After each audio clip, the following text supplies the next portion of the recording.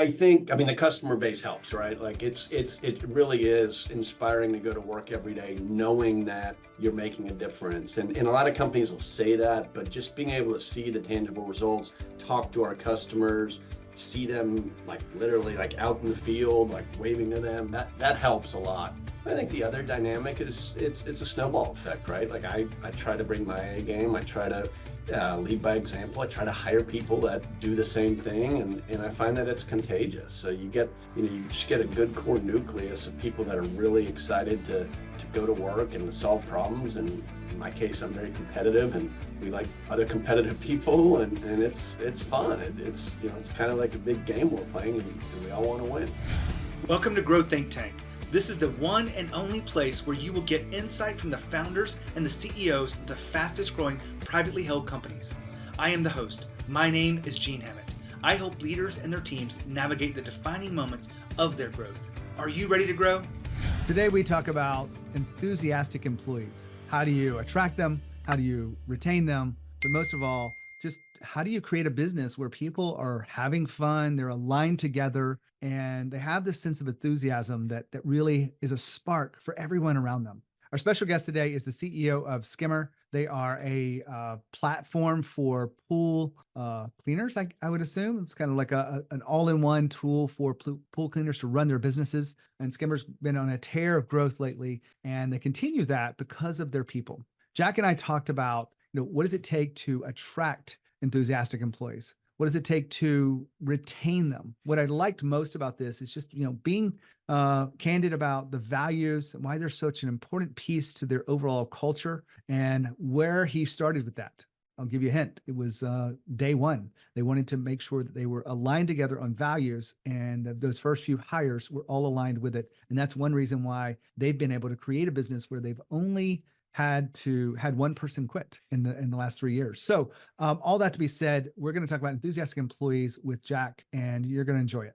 My name is Gene Hammett. I'm an executive coach. I work with a lot of companies that are in fast growth mode. Most of my clients are on the Inc. 5000, but you don't have to be. But we know that there's certain dynamics and challenges inside of growing fast. And we have uniquely identified a lot of the things that get in the way there. And also, how do you overcome those things as leaders? And specifically, how do you develop your people around you to be better leaders? If you're curious about these things, you can check out us with our executive virtual conversations. What those are is a chance to just talk with other CEOs of fast growth companies, other executives, if you will, because it can be more than just the CEO. We want to make sure that this is a premier event. We do this once a month. And so if you are curious about what the next topic is, just go to coreelevation.com and go to virtual conversations, and you'll be able to see exactly what we're up to. And if it's a fit for you and you'd like to join us for that conversation, go ahead and do so. Now back to the interview with Jack. Hey, Jack, how are you? I'm doing great, Gene. How about you? Fantastic. I'm looking forward to our conversation today. Before we dive in, I've already told our audience a little bit about you, but I haven't said much about Skimmer. So give us a quick overview of what Skimmer is up to. Skimmer is a technology platform for pool and spa service professionals. So think guys and gals that service swimming pools. We have a sort of an all-in-one solution that gives them everything they need to run and grow their businesses. Fantastic. What's changing in your world right now at a rapid pace? Is it AI, or is there something else that's impacting you? The pool industry is a little behind the times. So when we found the company 3.5 years ago, and our research indicated that 85% of the industry was still using pen and paper. And I would say what's changing is companies like Skimmer are coming on and trying to convince folks to ditch the route books and the pen and paper and start using technology. And that's kind of our thesis. And so far, so good. Well, your company made the Inc. list. Was that something that you were intending to do, or just happened based on your success? We kind of always thought we would be able to grow this pretty quickly. I've had good successes growing other businesses, and we just saw a real market here, a real opportunity that didn't have a lot of competition and sophistication. So we figured if we hired the right people and built a good team, that we could grow pretty quickly. Makes an easy transition in this. Tell me about your team, and because I really know that no matter how good your idea, it's all about us coming together as a team and the people and execution of that. So what is it that makes your team work so well together? I'm gonna pivot a little bit to say, yeah, that I mean, you kind of mentioned the product market fit. I think what makes Skimmer so unique and honestly makes my job a lot easier to attract and retain talent is how much our customers love us. We have a 75 net promoter score, right? I mean, our customers call us every day thanking us. They let us know we've changed their lives. Because of Skimmer, they can now take back their weekends and spend more time with their kids or send their kids to college, whatever the case may be. And honestly, hearing those stories, it really just empowers the team. We make a point to end every all hands meeting that we have at the company with customer testimonials. We just read some of the testimonials and listen to what our customers are telling us. And that's honestly kind of our secret sauce to the extent we have any. Jack, one of the things that I do quite often in my executive coaching is I'll ask my clients not to tell more customer stories, but to tell better customer stories. Do you have any advice on telling better customer stories at these, because you've been doing it for so long with your team? Yeah, my advice is I shouldn't be telling the story, but we let our customers tell the stories, and we've got videos. We found one of our customers in a supermarket in Florida, and we put out our iPhone and started recording him and shared that with the team. I was at a conference last week, and a customer came up to me and was just talking about how much he loves our product. And so the more we can just capture the stories firsthand, they resonate more when you see the actual customer talking to the team. It just makes a world of difference. Now, I was talking to Jack about better customer stories, and I think what he gave is a really good example, but I want to add a little bit more clarity to that. First of all, better customer stories are usually short. Most people struggle with them being too long. So I challenge my clients to do these in under 3 sentences and to be lead by example for others so that others can do it. But I also think that you want to have unique stories. You don't want the same story all the time. You want to be collecting these stories and from all parts of the organization. And you really want to be able to share the new ones every time and new ones that relate thing and have that the point of view or the real moral of the review to really align with the moment. And then finally, you want to make sure that you go beyond just the money. I remember one of this is actually a sales rep was struggling with what we're doing. She didn't want to make the call. She didn't want to send out the emails because she was afraid to bother people. And I asked her about the services that she did. And I asked her, well, how much money did they get? I think it was around $100,000. And there's a few years ago, but the real core to this was what did they do with the money? And they end up buying new equipment and hiring new people so they can continue to scale the business. And that's the essence of the story. It's not that we got them $100,000, is we got them money to hire new people and to automate the business in a way that allows it to scale faster. And that is why we're in business. And that is the example I wanted to share with you around making better customer stories. Make them shorter, make them unique and fresh, and then also go beyond the money. And back to Jack. Well, when you think about this, I know our team does research with every company that we put on here. We get probably about 30 pitches a day for people who want to be on the show. So any of those listening in, they listen to 1 or 2 episodes and they want to be on the show immediately. But we really don't take guests from that. We curate people based on what we think they're, the value they're going to bring. And you've talked a number of times with our team about enthusiastic employees. So how do you make that happen? Yeah, look, I mean, the customer base helps, right? Like it really is inspiring to go to work every day, knowing that you're making a difference. And a lot of companies will say that, but just being able to see the tangible results, talk to our customers, see them like literally like out in the field, like waving to them, that helps a lot. But I think the other dynamic is it's a snowball effect, right? Like I try to bring my A game. I try to lead by example. I try to hire people that do the same thing, and I find that it's contagious. So you just get a good core nucleus of people that are really excited to go to work and to solve problems. And in my case, I'm very competitive, and we like other competitive people, and it's fun. It's kind of like a big game we're playing, and we all want to win. Now, one of the big phrases that keep coming up is attracting talent and retaining talent. You said that earlier. Do you have any insights on how to attract talent beyond these customer stories that you have?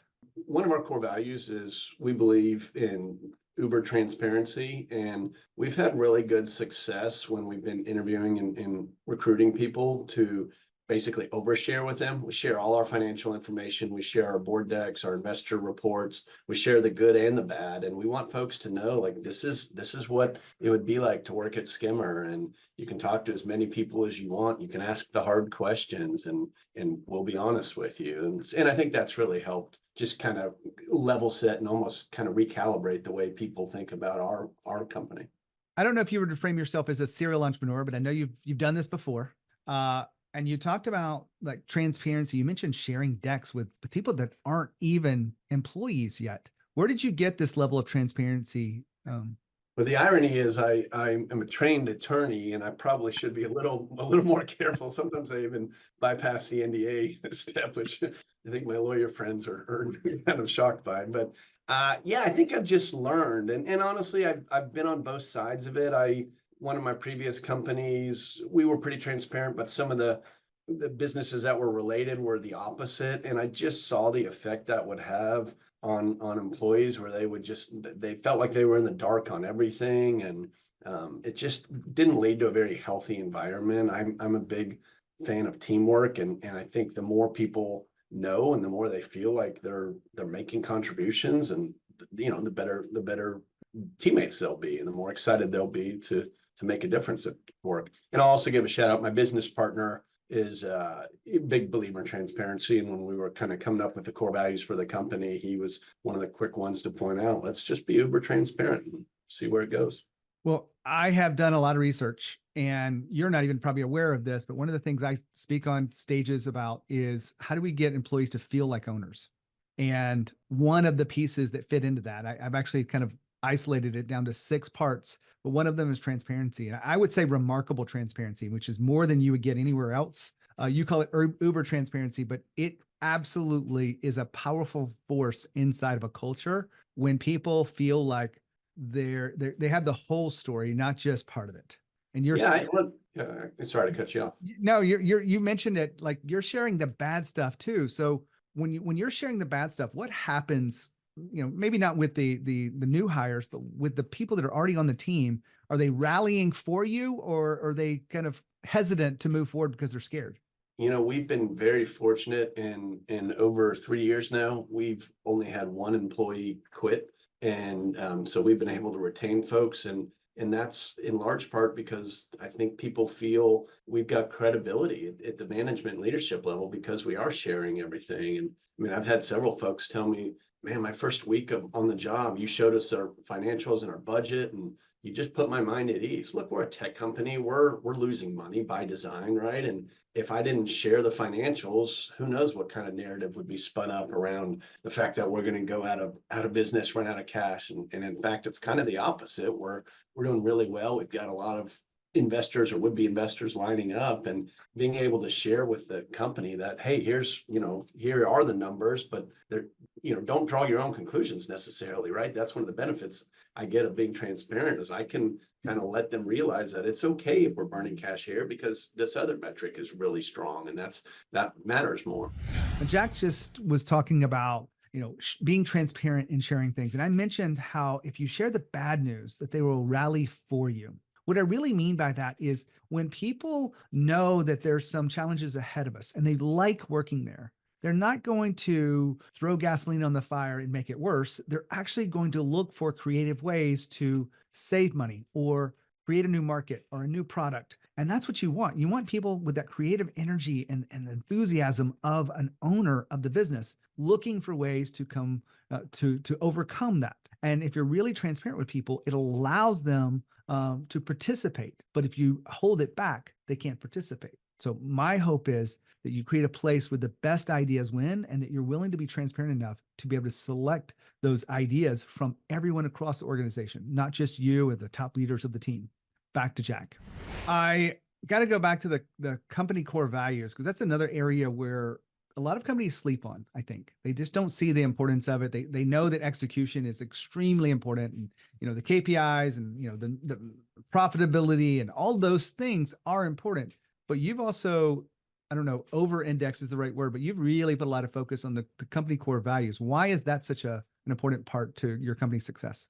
That's just something I learned from day one on the business side of things. I was very fortunate to have a mentor 20 plus years ago. His name is Red McCombs. He's sort of a Texas business icon, and he taught me the value of having strong core values. And it can't just be a, a name on, a paper on the wall, right? It's got to be something that you embody and live every day. And it's not just one person, it's the team, right? And so it just was part of the Skimmer DNA from day one. I mean, literally. But when we bought the company, we had an offsite with a trusted sort of friend of ours, and just said, let's start with our core values. Purpose, our mission, our core values, and everything else will kind of fall in place from there. When you were developing the core values, was it a difficult process? Did you do it with the team? Tell me just a little bit more about your process there.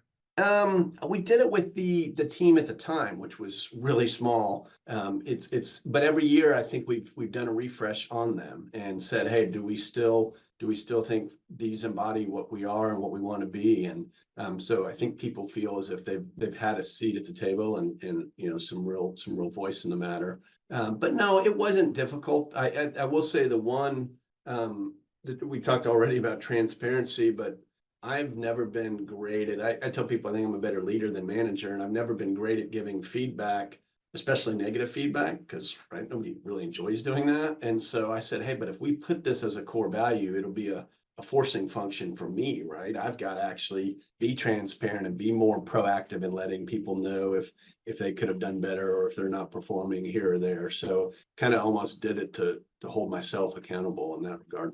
You struck a nerve there for me, because I'm actually writing a book right now.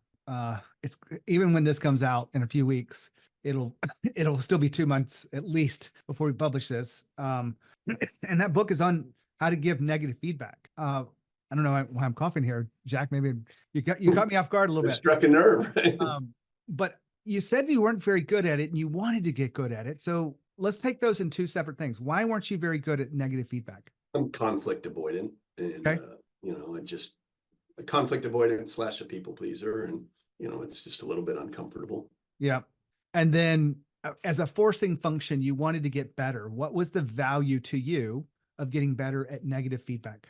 Just to look, everybody knows they're not perfect, and so if you don't give anybody negative feedback, I don't think that level of trust can be there, right? Like that's if somebody is led to believe they're doing no wrong and they can't do any better, it's kind of BS. And so I think in order to have that relationship where you are being authentic and expecting the most and getting the most out of folks, you need to be as transparent with them as possible. And let me be real clear, I try every day to get better, but I've got a long ways to go. I smile when I say this. A lot of people are struggling with it. I did a lot of research on this before writing the book, and I talked with a lot of CEOs just like yourself, because I got an audience of people that have been on the show before. And I went to them and said, look, writing a book about this, can we talk? And I was pretty surprised. The average score for CEOs that they gave themselves was a 6.8 out of 10. I'm not surprised at all. And I shared it with a CEO group. I do a little speaking every once in a while. And this was just an online virtual kind of 6 CEOs. And they're like, that's a D in school. And I'm like, yeah, exactly. And I go, would you give yourself higher? And she goes, no, that's pretty accurate. Yeah, I think I think I'd be generous if I gave myself that.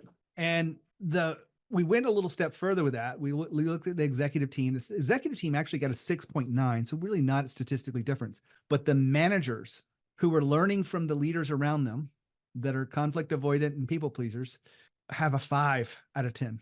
Yeah. And so we felt like that was a really good reason to write this book. And I had no idea that this would be part of the conversation today, but maybe I'm just looking for it everywhere. I think it's a huge part of it. And that's another reason to be more transparent, right? It's like we owe it to our teams to develop them as good leaders. Now that we're on this topic, developing managers into leaders, is that something you are focused on, or do you feel like that it just comes naturally through the work that we do? It's a really good question. I think there is a difference between being a good leader and a good manager. And I think that the good leaders really do tend to lead by example. And there's not necessarily a book you can read or a seminar you can go to learn how to be a better leader. But I think the manager is absolutely something that's a lot more coachable and you really can develop. And so I probably rotate a little bit too much toward the leadership and not enough toward the management because it's more my natural tendency.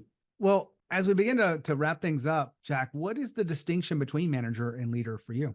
To me, it's the manager is a little bit more prescriptive and here's what you need to do, here's how you need to do it. Whereas when I think of a true leader, it's somebody who just really just led by example and didn't have to explain anything to anybody. You could just watch that person and see, wow, they just have that almost intangible way to interact with people and to try to inspire people without necessarily having 360 evaluations and formal review processes. That's the way I've always sort of envisioned the difference. We're talking about enthusiastic employees. Is there anything we left out of this conversation that you feel like is important? I think it's really hard, especially in this hybrid world we're in, or if not virtual world, it's really hard to keep the enthusiasm levels high. I think we all miss the human interaction. And so being really intentional about what you can do and maybe in some cases not do is now more important than ever before. And there's stuff you can do online, trivia. We've done scavenger hunts. We did a tarot card reader the other day, and it sounds kind of like cheesy stuff, but it adds up. And so I think that's important. And I don't think people should discount the ability in concept of having more fun. I think, Yeah. I mean, I know everyone at Skimmer works really hard, but I think everyone would say they also really have fun here. And most of us are working well beyond 40 hours a week, and that's really important to enjoy the folks you're working with. And that's kind of the no jerk rule, and just make sure you're hiring good people and firing fast if you have to, because it really is true. One bad apple will ruin the bunch in a hurry. I want to leave with that one, phrase that you just mentioned, firing fast. What are your parameters around firing fast? Because I do believe in giving people first and second chances.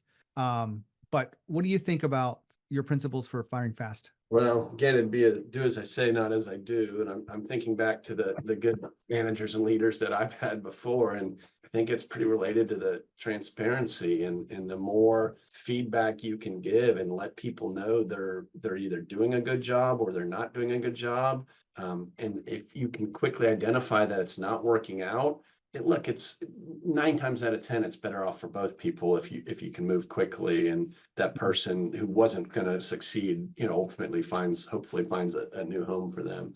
But I would say it just starts with trying to be as transparent as you can, and decisiveness too. That's probably something I've learned over the years is, yes, you want to try to give people a chance, but if it's clear that you're just not going to work, the sooner you can move, the better. I work with, I don't know, close to 100 Inc. 5000 companies. And it really is something I've seen happen over and over again, where people wish they would have fired people sooner. They let it go on way too long. And that 99 times out of 100, it's absolutely better for the organization. I'm only leaving that one slice out there that there might be a chance where you fire the wrong person, but 99 times out of 100 is a pretty good odds that it's time to let go that person that's not fitting in with everyone else. A good friend of mine just wrote a business book, and it's all about this concept. And he told me that I'm even in his credits, and I was like, oh, that's how neat. I inspired a business book, except that I'm in there for the chapter on firing too slowly, because he knew me a long time ago, and I didn't fire an employee over like a 2.5 year span that I should have. So again, do as I say, not as I do. I appreciate your wisdom today. Thanks, Jack, for being here. This was great. Thank you, Gene. Wow, what a great interview. I love talking about company core values, the importance of transparency, and how do you create enthusiastic employees. Great topic for today. My hope is that you're taking notes, you're able to execute on these things. And that's a real focus for putting this together, is for you to be able to have a stronger business and for you to be the leader that your people want to follow. So if you have any questions about the work that we do, how we could serve you, make sure you reach out to us. We're happy to help you. Just go to fourelevation.com. That's our company name, and happy to help you there. When you think of growth and you think of leadership, think of Growth Think Tank. As always, lead with courage. We'll see you next time.